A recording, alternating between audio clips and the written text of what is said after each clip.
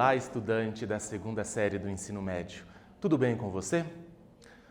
A aula que iremos apresentar, ela diz respeito principalmente às questões relacionadas à urbanização no território brasileiro. Para isso, nós temos alguns objetivos que são importantes ser mencionados. Quais são eles? Compreender a importância da urbanização no território brasileiro, bem como entender a classificação hierárquica das cidades existente no território brasileiro. Mas e aí? Você já se perguntou quando que o Brasil se tornou urbano? A partir de que momento houve essa grande quantidade de pessoas concentradas, principalmente nas cidades brasileiras? E quais as principais características dessa urbanização brasileira? Quais os principais aspectos, quais as principais questões relacionadas e pertinentes ao processo de urbanização no território brasileiro? Então, vamos lá. Fazendo uma breve recapitulação, o processo de urbanização no mundo se dá principalmente a partir da Revolução Industrial no século XVIII, não é mesmo? Grande parte dos países que estão concentrados nas regiões desenvolvidas apresentam uma urbanização onde mais de 70% da população esteja nas cidades, porém, a partir do processo de modernização da agricultura e principalmente a partir da década de 70, 80, os países emergentes ou países também subdesenvolvidos começam a apresentar um processo de urbanização avassalador, com uma grande concentração de pessoas se mobilizando, saindo do campo e indo para as grandes cidades, tá ok? Com isso, no território brasileiro, o processo de urbanização ela foi marcado pela formação de algumas cidades com maior concentração de pessoas no primeiro momento, que concentram essa parcela expressiva das riquezas e também da população brasileira. Ocorreu com expressivo crescimento de atividades terciárias, tais como concentração de bancos e de empresas que organizam, por exemplo, o desenvolvimento de questões relacionadas à compra de dívidas e outras questões mais, incluindo também tanto as do setor formal e as do setor informal também. Ocorreu em ritmo acelerado, principalmente entre 50 e também 90, entre esse período, e geralmente é de uma forma não planejada, tendo diversos problemas que esse processo de urbanização, juntamente com o processo de industrialização, causam na grande maioria das cidades brasileiras hoje. Com isso, nós vemos o quê? Que a taxa de urbanização brasileira, dada principalmente a partir do momento da modernização da agricultura, ela vai se aumentando, né? Em 1940, tínhamos ainda uma grande parcela da população vivendo no campo. 69% da população vivia no campo. E ao longo de 1940 até 2010, que é o último dado o último censo que nós temos, a população aumentou substancialmente para a urbana. Hoje em dia, 84% da população se concentra nas cidades e 16% está no campo. Vejam a inversão que foi dando ao longo dessas décadas do processo de urbanização existente no território brasileiro, tá ok? Com isso, nós percebemos também que ao longo de todo esse desenvolvimento do processo de urbanização, algumas cidades, alguns municípios, alguns estados apresentam um maior grau de concentração do que outros. Grande parte dos estados pertencentes à região sudeste apresentam um processo de urbanização bem mais intenso devido à instalação de indústrias, devido a uma grande migração de populações vindas principalmente do Nordeste brasileiro para esta parte do território brasileiro, ok? Então vejam, a partir deste gráfico nós podemos ilustrar que o Brasil, em 1940, 31,24% da população habitava o campo. Atualmente, em 2010, 84,36% de pessoas que vivem no território, que vivem nas cidades brasileiras, tá ok?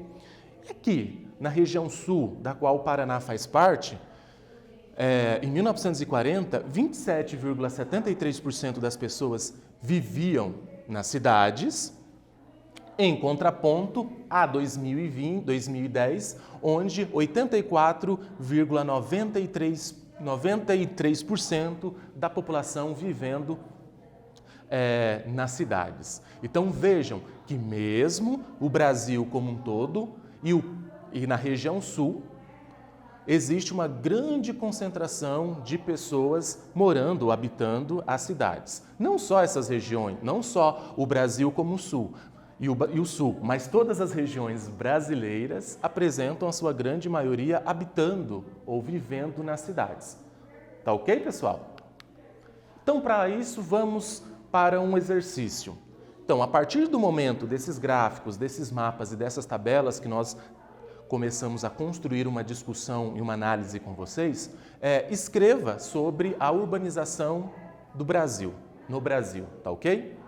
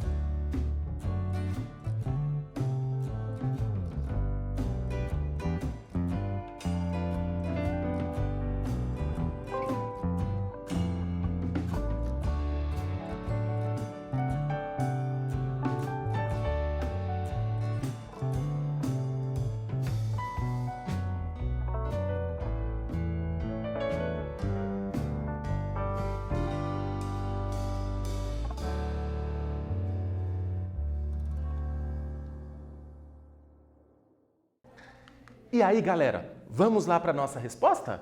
Então, escreva sobre o processo de urbanização no Brasil.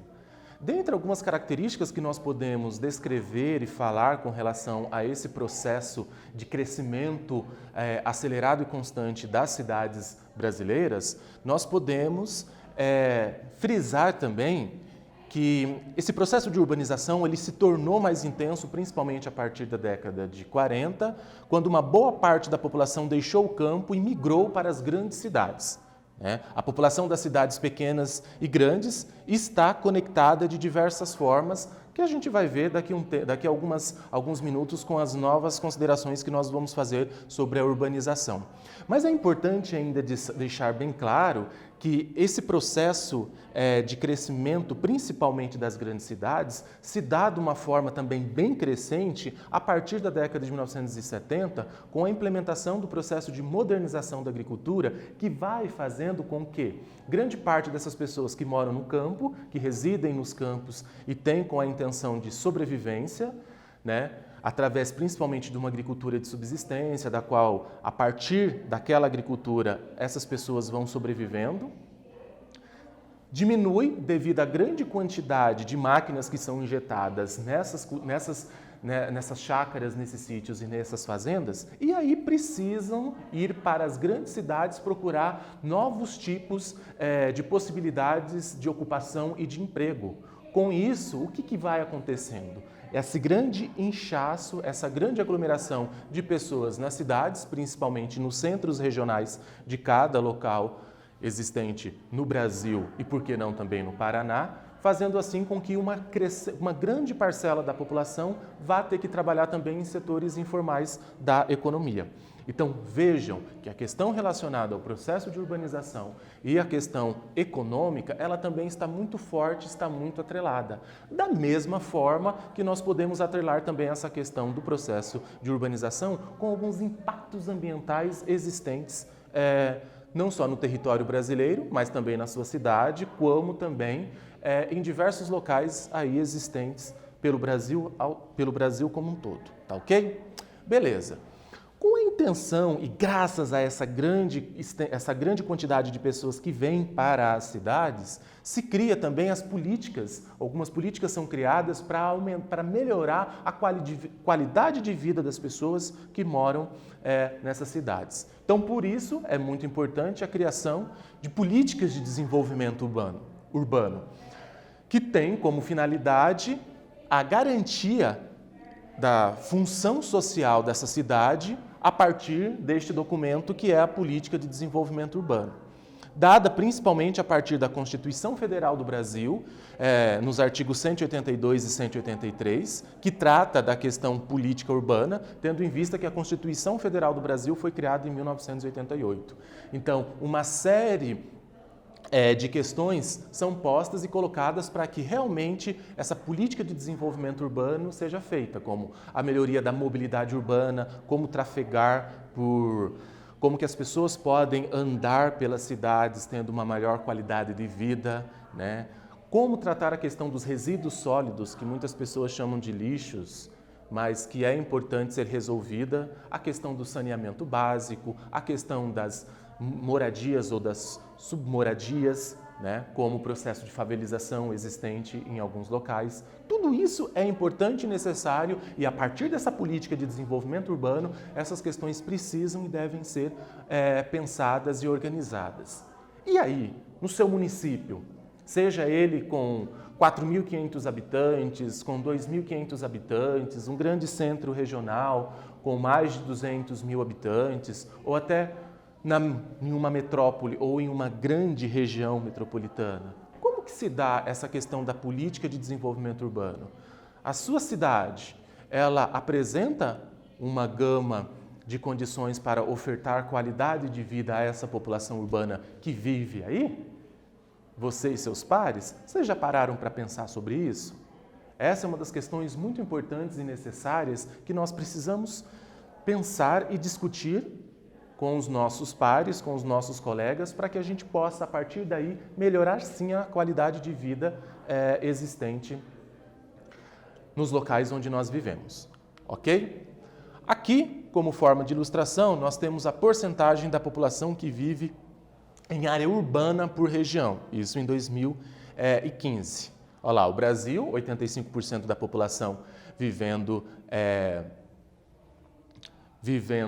nas grandes cidades e principalmente o Sudeste, com a grande sendo a região onde apresenta a maior porcentagem de pessoas que vivem na cidade, 93%. Tá ok, pessoal? Além de toda essa questão relacionada às cidades, a essa grande quantidade de pessoas que vivem nas cidades e principalmente nas regiões metropolitanas, é muito importante nós pensarmos e refletirmos também sobre a questão da hierarquia urbana.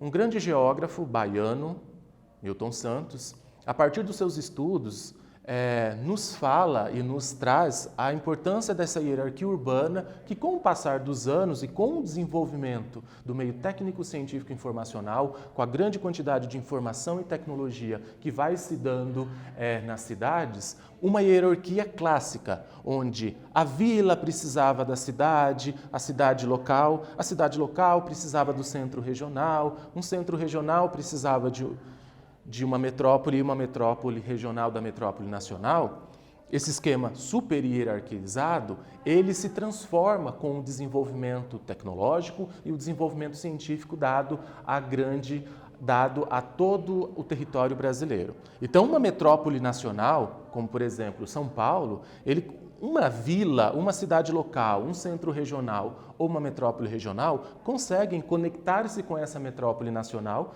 e esta metrópole nacional com essas outras, com a vila, com a cidade local, com o centro regional e com a metrópole regional, também conseguem se comunicar de uma forma bem mais rápida do que existia até a década de 1940, de 1950. Então veja, um esquema clássico onde cada uma dessas questões aqui urbanas, cada uma dependia da outra, né? A vila dependia da cidade local e assim sucessivamente. Neste esquema atual, percebe-se que a metrópole nacional consegue abarcar e consegue trazer desenvolvimento ou trazer informações e tecnologia e o desenvolvimento dessa tecnologia para a metrópole regional, para o centro regional, para a cidade local ou também para a vila. Tá ok, pessoal?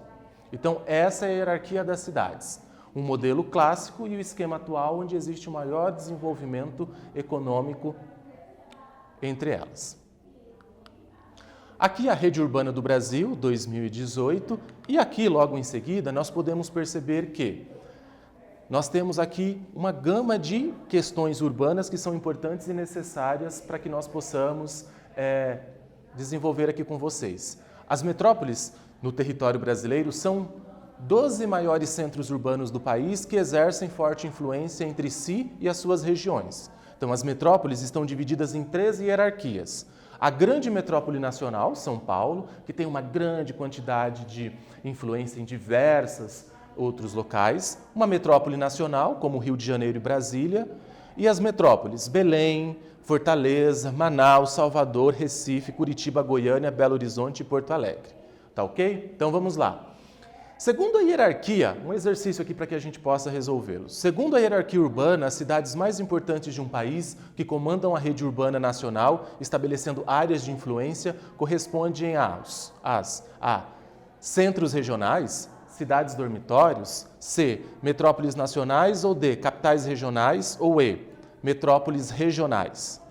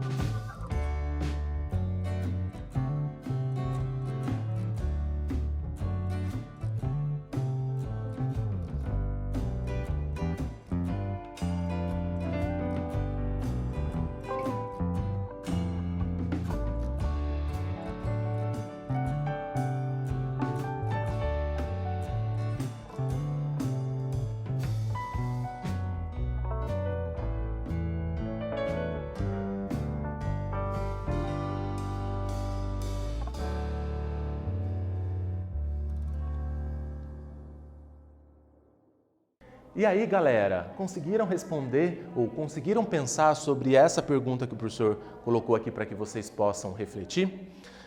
Segundo a hierarquia urbana, as cidades mais importantes de um país que comandam toda a rede urbana nacional, a rede de cidades, estabelecendo áreas de influência, correspondem aos ou às centros regionais, cidades dormitórios, metrópoles nacionais, capitais regionais ou as metrópoles regionais? Parabéns para quem acertou metrópoles nacionais. Realmente, são as metrópoles nacionais que comandam a vida econômica e o desenvolvimento tecnológico e científico existente no país, tá ok? Olha lá, mais uma pergunta. São Paulo e Rio de Janeiro são as duas grandes metrópoles globais existentes no Brasil, ou no Brasil. Tais cidades encontram-se classificadas neste patamar por apresentarem a. Uma maior dinâmica de deslocamento intraurbano, ou seja, dentro das próprias cidades. B. Um maior mercado consumidor. C. Uma produção intensiva de matérias-primas e produtos primários. D. Uma cadeia produtiva calcada no pleno emprego. Ou E. Um alcance econômico em nível nacional e internacional.